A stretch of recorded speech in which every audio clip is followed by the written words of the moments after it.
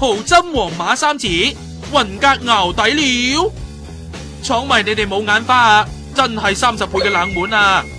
再睇下禮拜4抽籤結果就會明噶啦，全組都咁有實力，所以莫講話想捧走歐聯冠軍啊！阿仙奴要喺死亡 F 組爭出線都有啲難度啦。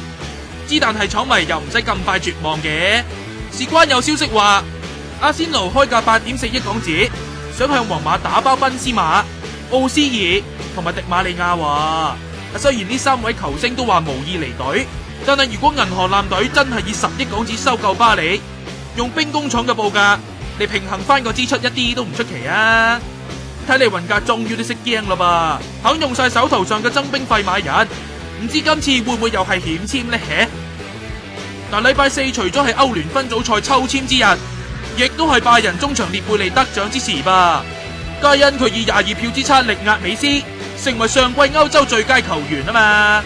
恭喜恭喜！